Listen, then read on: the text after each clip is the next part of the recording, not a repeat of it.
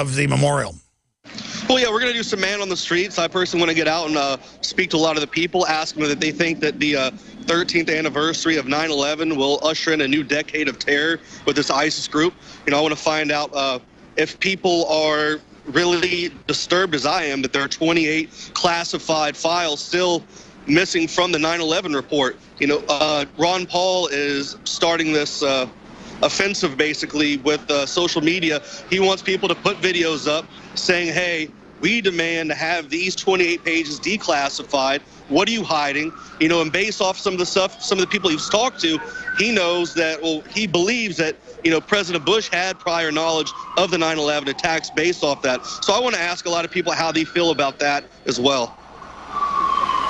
Also, if they think the ISIS terror threat is something that they're really worried about here in New York City. I'm very curious as to the, I don't know, the mood, I would say, of the people who lived here, went through the first 9/11, and if they think something like that is something that could actually happen again here.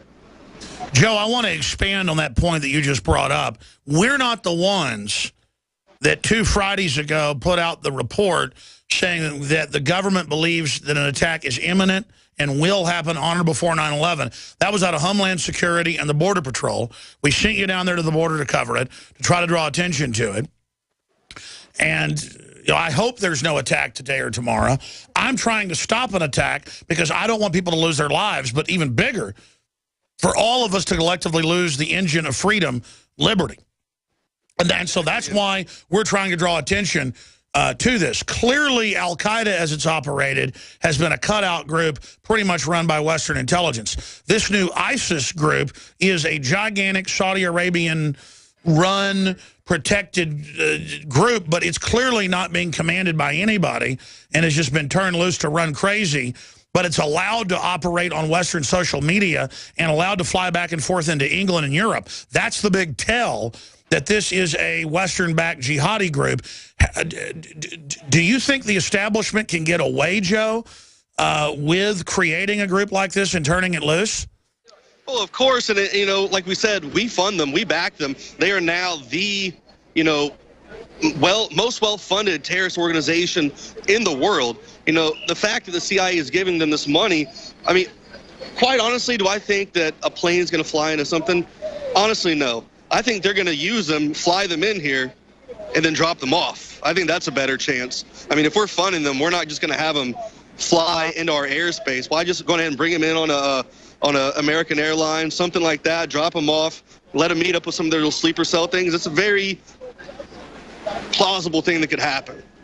You know, I don't foresee another exact 9/11 happen, but I see something on the ground. I think that would be more of a different way that they would do it this time. Well, here's the deal. When a bunch of Al-Qaeda people or ISIS people go into school and kill 150 little kids, I'm not turning my guns in because the government opened the border up and gave them weapons and let them come here. And I'm going to be demanding, and everybody else should be, that the government people involved letting this happen, that they hang after a trial right next to the Al-Qaeda people. I've had enough of a bunch of crazy jihadi scumbags being turned loose all over the world to destroy Libya, destroy Syria, attack Europe. What do you say, Joe Biggs?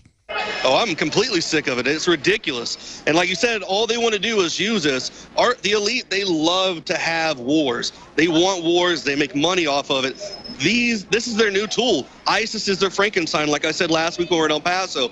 That's the Obama administration's monster that they created. They want them to run around and put fear in the eyes of the American people so they feel like, oh, I need you more, Obama. I need you. Take my liberties away. I need police. I need MRAPs up and down the road. That's it. You guys can have all the guns. Take my guns. I don't need them. Well, Joe, I know you're going to be doing some live streams. We'll have them linked up on Infowars.com. We're going to come back and talk to Leanne McAdoo for the next 2 segments ahead of Dr. Group joining us in studio.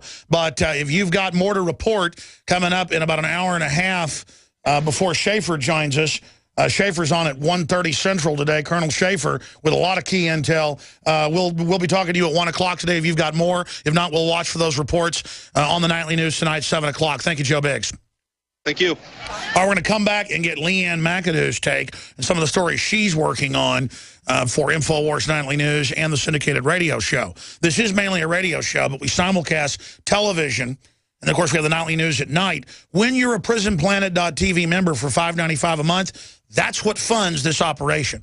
That's how we pay for the reporters and the video editors and the investigative journalists and the fact checkers and all the rest of it. And that's how we're building a true 21st century media operation. So become a PrisonPlanet.tv member today. Each membership for $5.95 is really 11 memberships. If you have a membership, share it with friends and family. 11 people can tune in day or night simultaneously. Everyone can tune into the free radio show online, the free podcast, and the free video feed of the daytime radio show at Infowars.com/show. But when you subscribe to PrisonPlanet.tv, you get the films in HD, the nightly news when it first airs, the archives, almost 20 years of material. The site's been up for, I don't know, 12, 13 years, I forget. The point, PrisonPlanet.tv.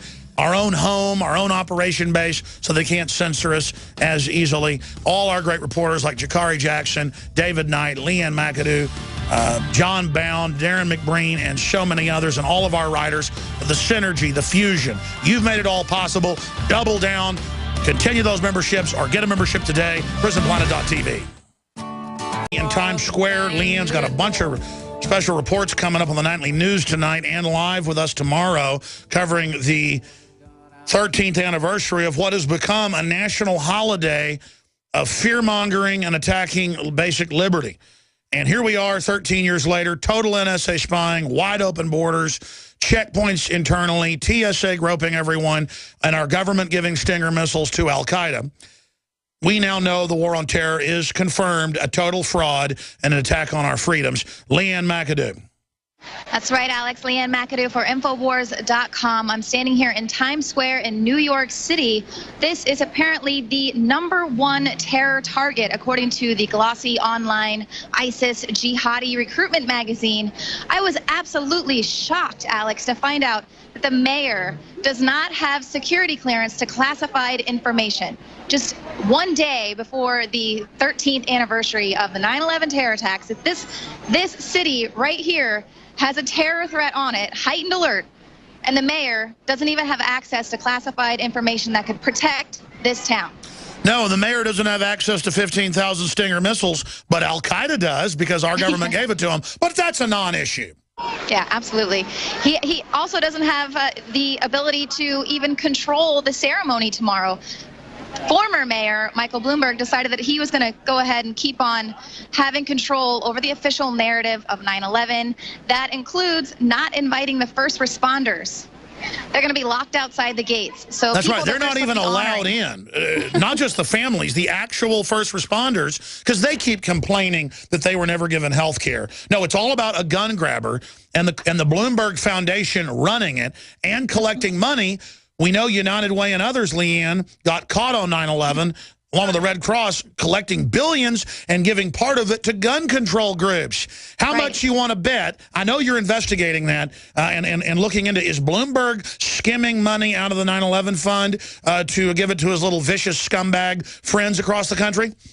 Absolutely. I mean, of course, why wouldn't he? He can easily siphon off that money to further his own agenda. We all know that that's what he is very good at, pushing his agendas, his stupid soda ban. I mean, really. So, of course, he's going to siphon off money to further his agenda. And that's the thing that's really frightening. If this memorial museum 10, 20, 30 years down the line continues to just push that official narrative, kids growing up, I mean, you can barely convince them that 2 + 2 doesn't equal 5.